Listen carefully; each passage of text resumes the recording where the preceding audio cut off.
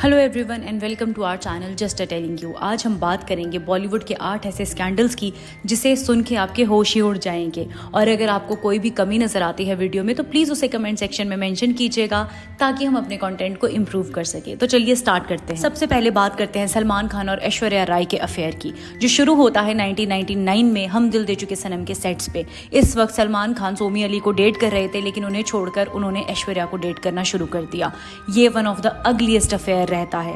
वहीं ऐश्वर्या राय की बात करते हैं तो वो 1994 में मिस वर्ल्ड जीती थी। She was very beautiful. उनकी खूबसूरती कितनी दहशत थी कि जब उन्होंने मिस इंडिया में नॉमिनेशन भरा तो बहुत लड़कियों ने उनकी खूबसूरती के डर से ही नाम वापस ले लिया। और वो बहुत ज़्यादा टैलेंटेड थी। She was a very good actor, very good dancer and very intellectual. आप कभी उनके अगर इंटरव्यूज देखेंगे तो आप हैरान हो जाएंगे कि वो कितनी ज़्यादा स्मार्ट है। सबको लगा था कि उनका बॉलीवुड करियर बहुत ज़्यादा ऊपर जाएगा and she will be the next superstar. सब अच्छा चल भी रहा था, लेकिन फिर इन दोनों का ब्रेकअप हो जाता है 2001 में, जिसके बाद ऐश्वर्या ने कंफर्म किया था कि उनके साथ फिजिकल अब्यूज किया जाता था, जिसका सबूत सबने देखा भी था, जहां एक इवेंट में ऐश्वर्या टूटी बाजू और आंख पर चोट के साथ पहुंची थी। Salman was so possessive lover कि वो एक एक करके सब मूवीज के सेट पर हंगामे करते, ऐश्वर्या का कैरेक्टर असैसिनेशन करते और ऐसे ऐश का करियर डगमगाने लग गया था। फिर विवेक ओबरॉय के साथ उनका अफेयर शुरू हो जाता है, जहां सलमान ने विवेक को 40 कॉल्स किए थे ओवरनाइट और उन्हें अब्यूज़ भी किया था। जब ये तमाशा मीडिया के सामने आया तो सलमान ने विवेक का करियर ही एंड कर दिया।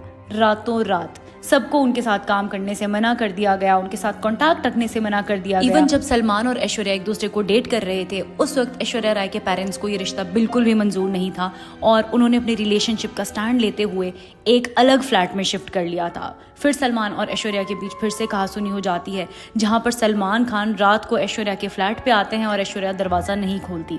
सलमान सुबह के 5 बजे तक दरवाज़ा पीटते रहते हैं, यहाँ तक कि उनके हाथ से खून तक बहने लग गया था। फिर 5 बजे ऐश्वर्या दरवाज़ा खोलती है और फिर दोनों में बातचीत होती है। लेकिन ऐसे पागल लवर के ट्रॉमा से निकलने के लिए ऐश्वर्या ने ब्रेकअप कर लिया और सेफ शेल्टर के तौर पर उन्होंने अभिषेक बच्चन से शादी कर ली, जो अगेन एक बहुत बड़ी कंट्रोवर्सी थी, क्योंकि अभिषेक बच्चन ऐश्वर्या राय के सामने बिल्कुल भी फेमस और आप कह ले सक्सेसफुल नहीं थे।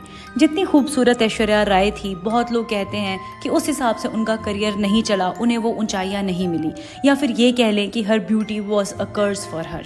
फिर बात करते हैं एक ऐसी ही खूबसूरत हीरोइन जिनका नाम था दिव्या भारती, जो इंडस्ट्री में बहुत ही कम उम्र में फेमस हो गई थी।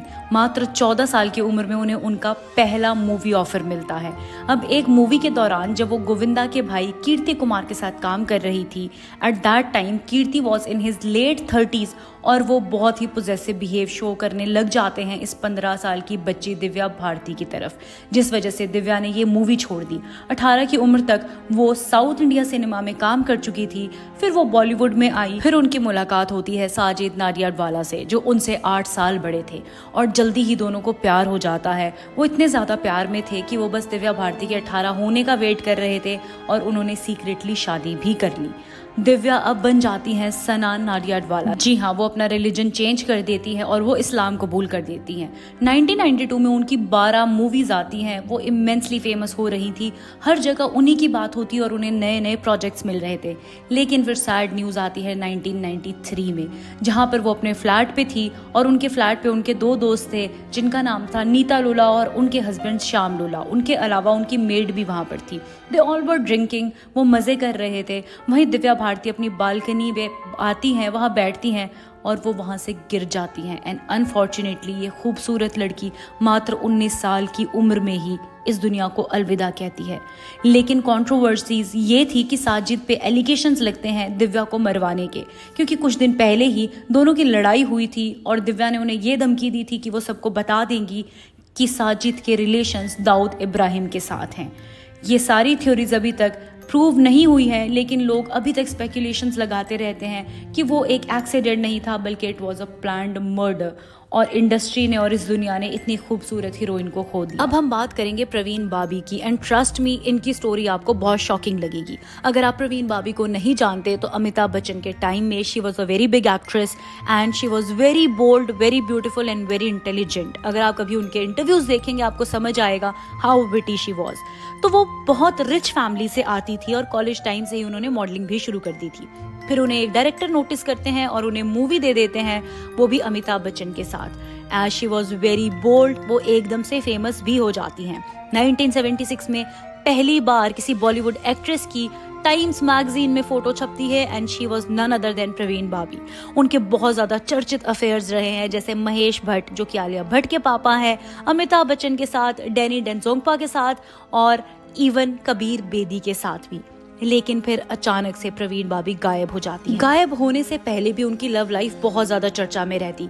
महेश भट्ट और प्रवीण बाबी जब लिव इन में रहते थे और उसके बाद जब उनका ब्रेकअप हुआ तो महेश भट्ट ने ये भी बताया था कि एक बार वो उनके अपार्टमेंट से ऑलमोस्ट न्यूड ही बाहर निकल गई थी और वो लोग बहुत ज्यादा ड्रग्स भी किया करते थे। बाद में महेश भट्ट ने उनके और खुद के रिश्ते पर वो लम्हे मूवी भी बनाई थी। अब जब सबने उनका प्रॉब्लमेटिक बिहेवियर देखा, obviously just because of paranoid schizophrenia, तो सबने उनसे किनारा काटना शुरू कर दिया था। अब उनसे किनारा काटने का रीजन ये था कि उन्हें हर वक्त ये लगता, ये वहम रहता कि उनके पीछे कोई आ रहा है उन्हें मारने।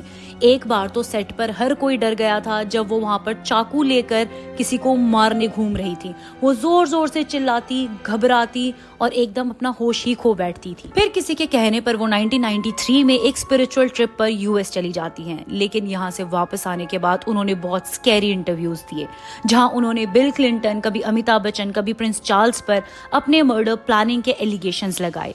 इवन उन्होंने एक इंटरव्यू पे कहा था कि अमिताभ बच्चन ने उन्हें किडनैप करके एक आइलैंड पे बहुत टाइम तक रखा, जहां उनके कान के पीछे ऑपरेशन द्वारा एक चिप लगाई गई है, जिससे अमिताभ बच्चन उनकी सारी एक्टिविटीज को, लोकेशन को ट्रैक करते हैं। इवन उस इंटरव्यू पे उन्होंने अपने कान के पीछे वो ऑपरेशन का मार्क भी दिखाया and this was very very scary behaviour of her. उनकी मेंटल स्टेट इतनी ज्यादा अनस्टेबल थी कि she was not even willing to eat cooked food. उन्हें लगता था अगर कोई खाना बनाएगा तो उसमें उनके लिए जहर डाल देगा। वो लोगों से दूर रहती थी और अपने घर को छोड़ने में भी, मतलब बाहर निकलने में भी बहुत ज्यादा डरती थी। फिर जनवरी 2005 को खबर आती है कि प्रवीण बाबी अपने अपार्टमेंट में मरी हुई पाई गई। 3 दिन बाद जब उनकी बॉडी रिकवर की गई थी तो डायबिटीज से उनका एक पैर तो सड़ ही चुका था। और इस खूबसूरत अभिनेत्री की ऐसे मौत होती है। ये वही अभिनेत्री थी जो जब पर्दे पे आती थी तो हर कोई हैरान रह जाता था कि उस दौर में कोई कैसे इतना बोल्ड, इतना ब्यूटीफुल एंड स्टिल इतना स्मार्ट हो सकता है।